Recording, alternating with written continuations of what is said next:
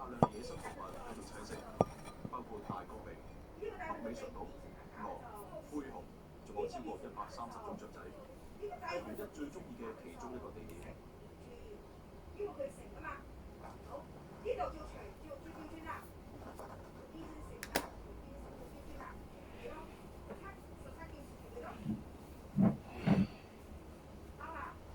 佢有一個好機會影到精彩嘅縮時影像，因為呢日天氣好好，所以我揀咗呢個霧石地區公園，因為呢個係我喺加拿大最中意嘅地點。我以前嚟過呢度好多次，呢度嘅山勢好崎嶇，風景真係好靚，仲有一個景色優美嘅山谷。喺夏天有人嚟遠足，冬天嚟越野滑雪。我喺呢度日以繼夜，唔停咁影好多相。呢度真係冇咩人嘅。安裝好快門自動控制器之後，部相機會自動咁一直影一張又一張嘅相，要幾個鐘頭嘅時間先至影到足夠嘅相，去製作成縮時短片。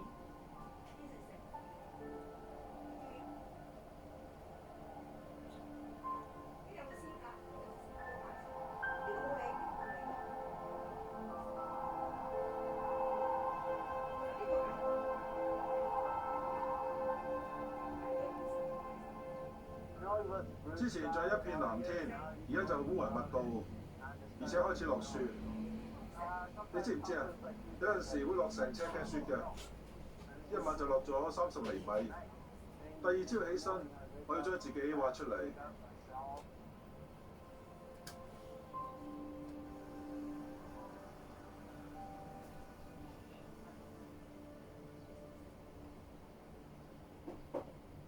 我喺呢度唔會孤單，因為我知道我會翻去文明，翻去屋企人身邊。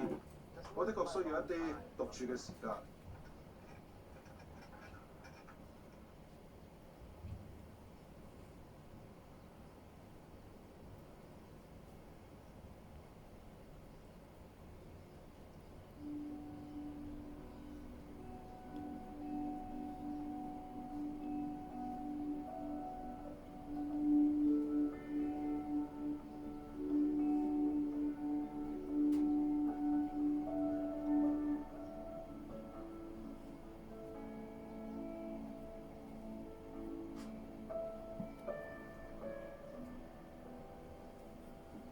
我哋一直叫嘅北極光，其實有個學名就係 Aurora Borealis。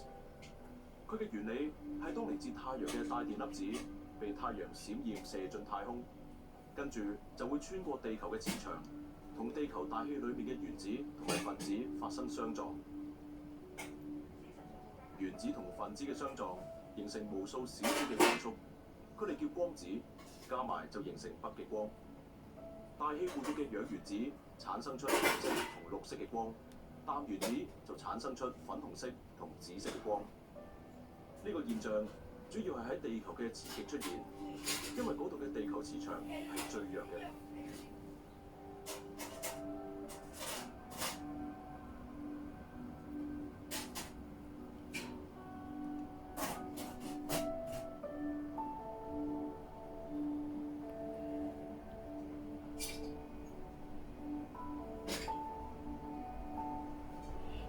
可惜成晚一直係咁落雪同好凍，紅一喺霧石公園裏面完全冇辦法影到北極光。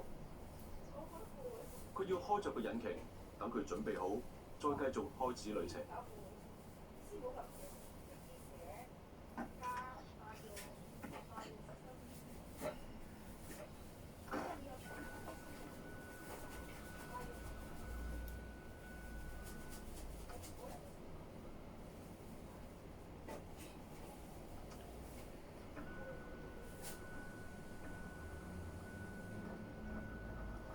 我呢度啦。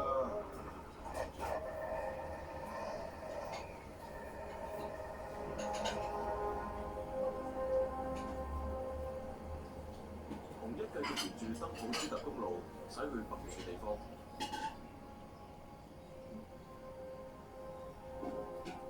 沿路周圍嘅地方真係一個人都冇，冇行人路，冇住宅，亦都冇電線。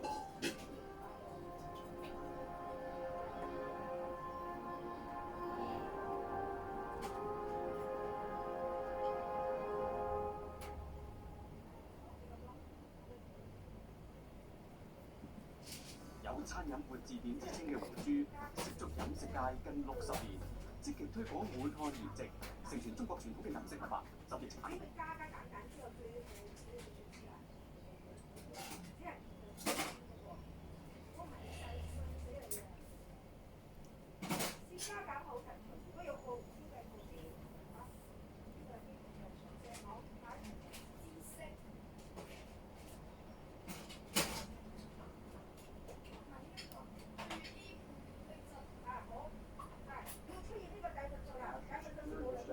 in Washington and in the broader U.S. front.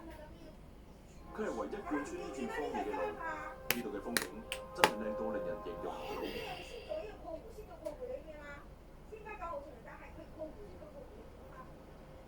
紅一喺英源小屋當露營車入沒有，佢係入北極圈之前最後一個休息站。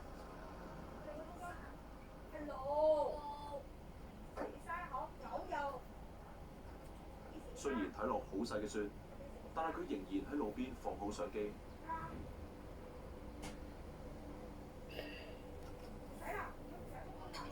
今晚幸運女神眷顧佢，個天非常之清，紅一終於都影到第一段縮時影像。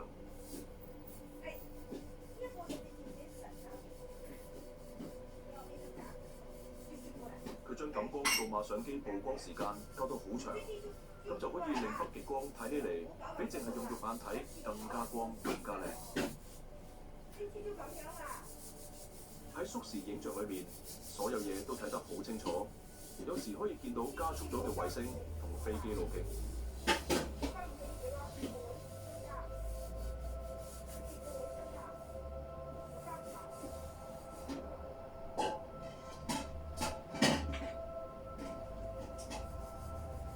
紅一沿住登普斯特公路，終於進入咗北極圈嘅範圍。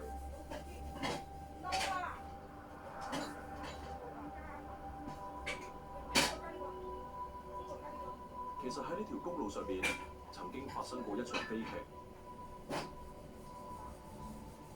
1911年嗰陣，4個加拿大騎警喺呢度凍死，佢哋被叫做迷路巡警，永遠受人紀念。佢哋由麥法臣堡去杜森市嘅途中，突然出現好大嘅暴雪，令佢哋偏離咗原本要行嘅路，行咗入雪地度。佢哋本來請咗一個本地人叫伊秀佐治做導遊，但係佢哋提早叫咗佢返屋企。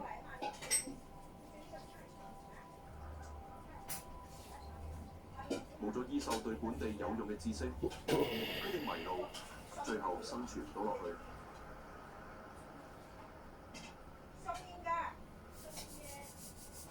喺呢個寒冷而且殘酷嘅環境要生存落去，需要傳統嘅知識。呢啲喺傳到去伊秀之前，已經經歷咗幾千年、幾個世代。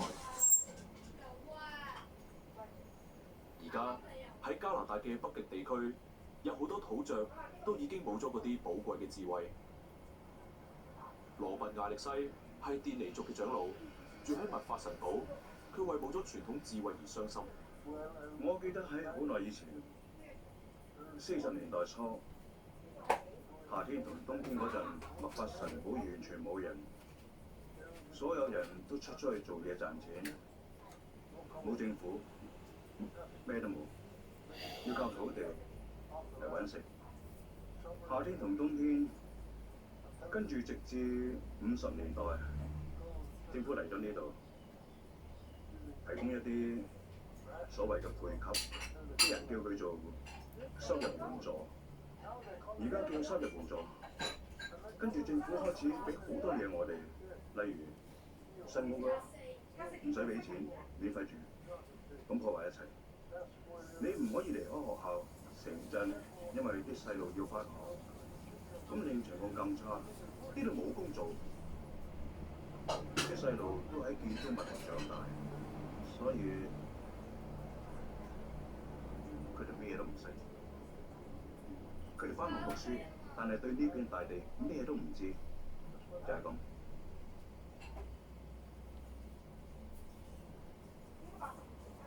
我今日繼續揸車周圍去到麥法臣堡附近嘅地方睇下。我而家嚟到西北地區呢邊，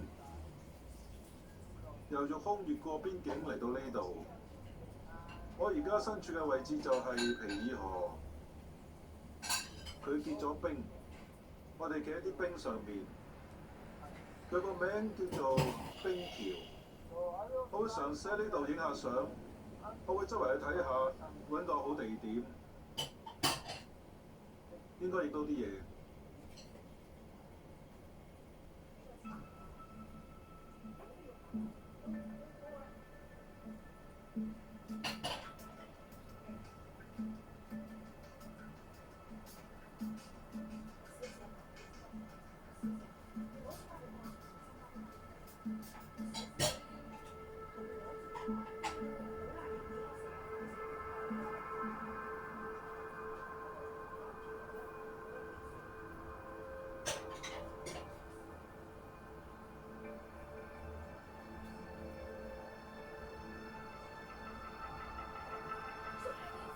冰雪之旅帶我哋去到180公里外叫因紐維克嘅小鎮，我哋向東行，直至去到馬更些河，然後沿登普斯特公路駛轉去北面。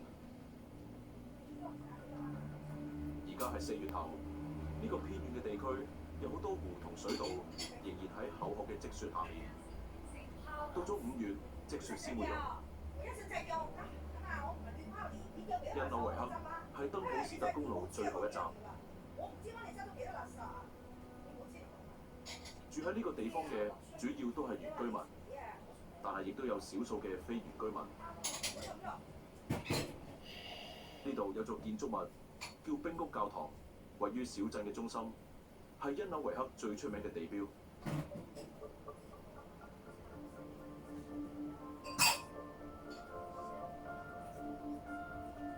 今晚，洪恩希望可以影到市區加北極光嘅縮時影像。佢將冰谷教堂設定為前景。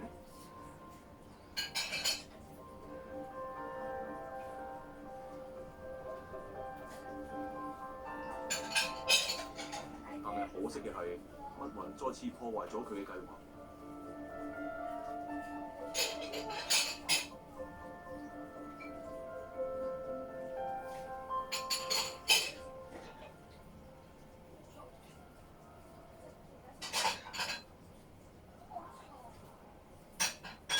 其實由以前到而家，喺北極地區生活嘅人類，一直都對北極光非常着迷。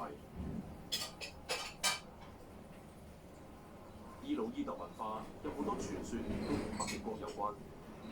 有人會將北極光當係先人，又或者係戰士嘅鬼魂；亦有人將北極光當成係不祥之兆。洪一去見伊魯伊特族嘅長老利利安伊拉斯，同佢傾下北極光喺傳統神話裡面嘅角色。好香㗎！你哋有冇一啲古仔由祖先傳落嚟㗎？細個嗰陣，當我仲未搬嚟因紐維克度住，北極光真係對我好重要。我記得搬嚟因紐維克嗰陣係13歲，嚟咗呢度生活之後，因為要留喺室內，越嚟越少見北極光。我哋會留喺屋企睇電視之類。北極光比起我細個嗰陣，已經唔再係咁重要啦。係。因為我以前每晚都會出去外面睇北極光。係。我嘅祖先、阿爺阿嫲、阿爸阿媽，佢哋都同我哋講，如果我哋大聲吹口哨，北極光就會喺個天度成條跌落嚟，切斷你條頸，你會見到個頭碌走。係你聽嘅第一個古仔。佢哋借呢個古仔嚟到教識我哋對地球上嘅所有嘢都要尊重。講得啱。仲有個天嘅嘢。當你睇北極光，見到嘅顏色都好有意義。當中包括咗代表力量。係北極光裏面嘅唔同顏色，其實代表咗唔同嘅意義。係啊，紅色代表咩啊？紅色係力量，力量。係宇宙裏面一切嘅力量。咁綠色咧？綠色代表萬物生長，地上生長嘅一切。O.K. 係啊，令佢生長。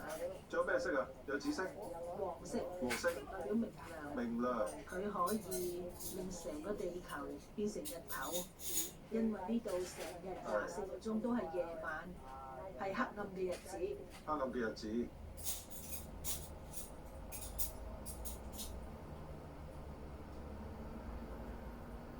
喺去北面嘅因紐維克嘅途中，同一見到一個奇觀，畫面非常壯觀。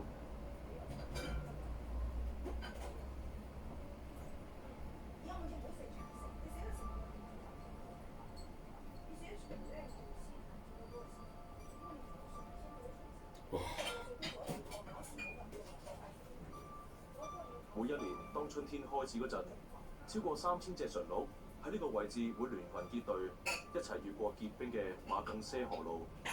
呢度係喺因紐維克同圖克托亞圖克之間。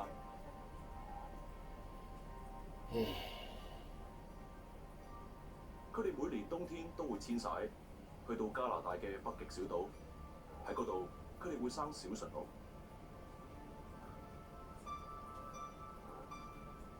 呢個傳統由1935年開始，沙米人同住喺阿拉斯加嘅土著，帶住嚟自俄羅斯嘅馴鹿，去到馬更些河三角洲。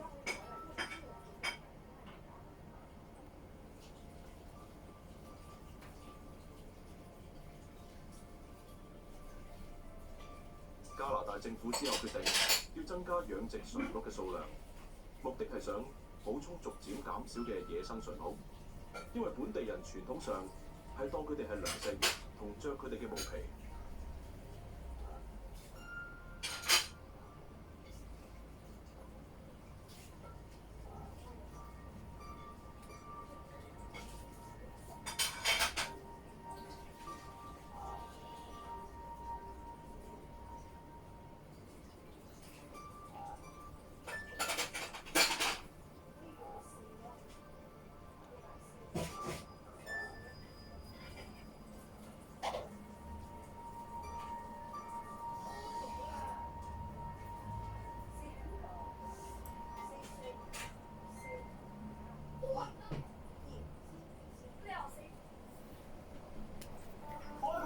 呢種扭曲嘅正義感，你可以諗咩佢哋？我上面啲人啊，已經喺度諗緊下一個就或者係邊個？莊醫生都其中一個。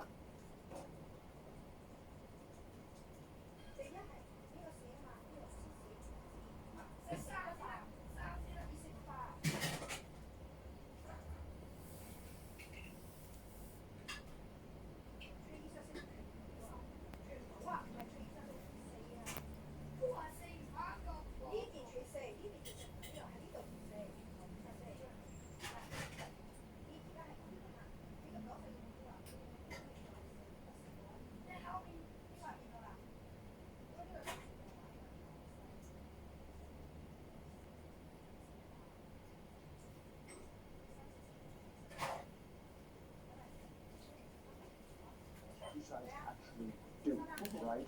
Because the United States continued. 紅一揸住架露營車喺冰面上面跟住馴鹿嘅路線行。馬更些河亦都俾人叫做北方亞馬遜。呢條河係由大蘆湖向北流入去波弗特海裏面。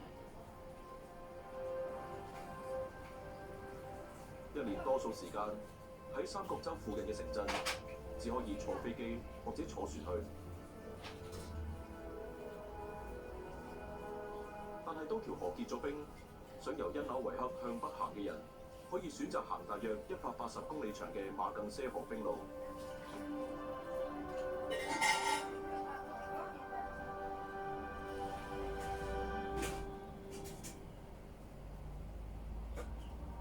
喺好滑嘅結冰河面上面，一定要好小心揸車。而家係春天，啲冰已經越嚟越薄，經過呢度嘅司機都唔應該帶安全帶，以防萬一。係呢條冰路或者好快就會成為過去，因為通去圖克托亞圖克嘅路已經開始興建。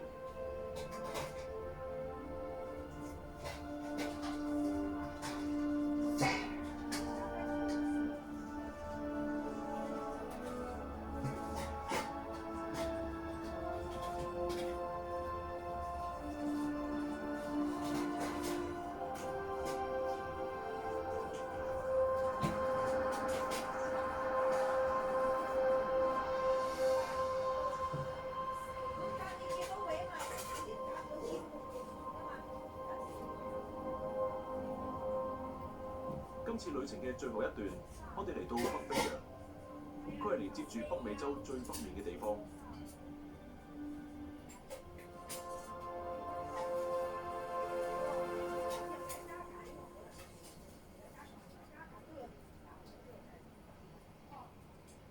圖克托亞圖克呢個鎮，大家都簡稱佢做圖克。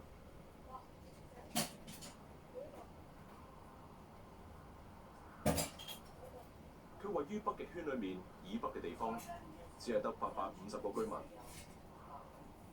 波弗特海喺一年大部分時間都結冰。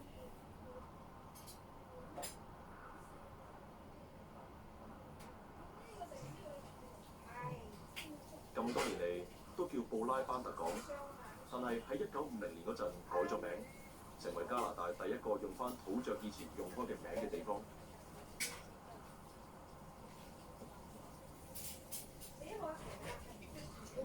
而家夜晚11:05，但個天仲有光，你可以見到嗰個係波弗特海，佢係屬於北冰洋嘅一部分。我一直都好想可以喺呢度影北極光，上咗好多年啦。我之前完全唔知天氣預報話今晚會落雪，但啱啱落咗啦。我估大概要等1個鐘到，北極光先至會出現。但個天真係好清，我估今晚應該會清楚見到北極光。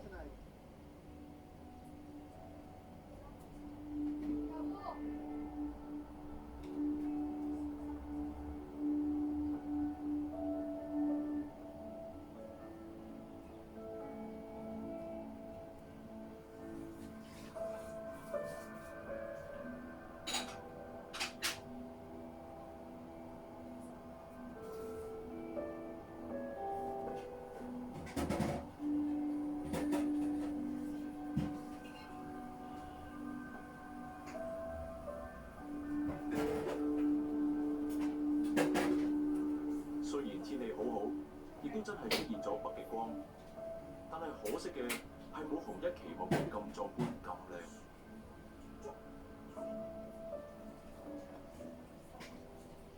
第2日朝早，攝影師紅一去到本地一間小學，同啲學生講下佢做嘅嘢。呢度係黃刀鎮，見唔見到隻色啊？紅色喺上面，綠色喺下面，係咪？所以因為嗰度有氮，所以曾經發生過大爆炸。有冇見過啊？你哋有冇聽過北極光嘅傳說？或者阿爺阿嫲講，當個天出現北極光嘅話，千祈唔好出去外面。聽過呢啲古仔？如果向北極光吹口哨嘅話，會被詛咒。會被捉住？係啊。係咁，你識唔識得人曾經俾北極光捉走咗？唔識。唔識。紅一已經影咗北極光好多年，但係從來都冇試過向佢哋吹口哨。今晚係紅一喺圖克嘅最後一晚，呢個係最後機會影佢由細到大都期待嘅景象。佢真係好想可以影到北極光喺結冰嘅北冰洋上面出現。今晚嘅北極光非常之強烈，就算只係用肉眼去睇，都可以睇得非常之清楚。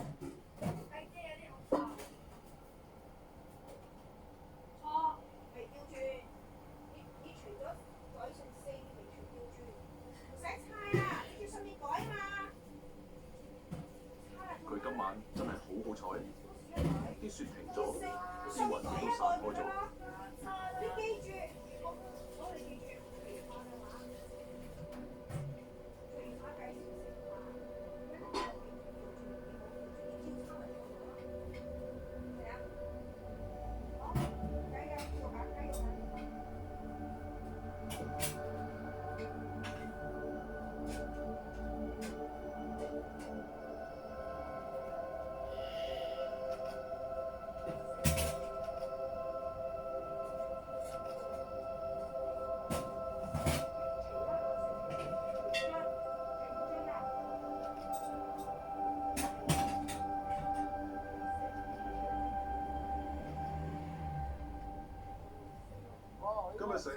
雲，仲落咗啲雪，所以我一直希望會好轉，會好轉，可惜都冇好轉。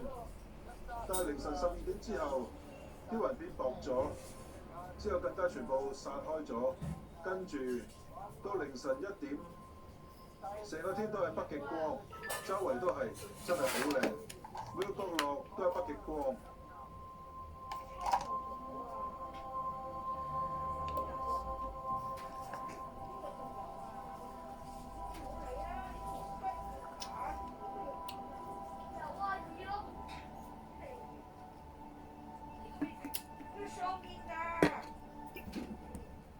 我覺得每個人都有唔同嘅詮釋，但係其實都係睇緊同一個星空。地球只係得一個天空嘅咋，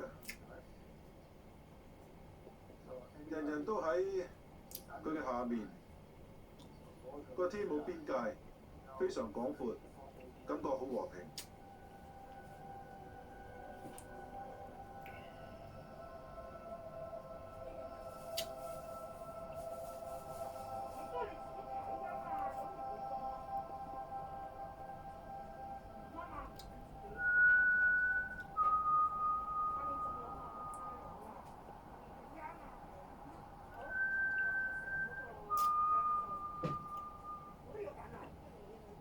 去到旅程嘅最後，紅一忍唔住決定要試下去挑戰北極光。你知唔知啊？其實佢根本就唔似某啲人想像中咁差咁恐怖。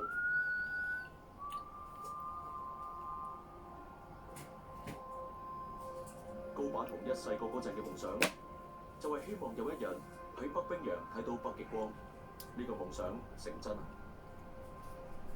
今次雪地冒險之旅去到最後，佢終於都可以影到夢寐以求關於北極光嘅縮時影像。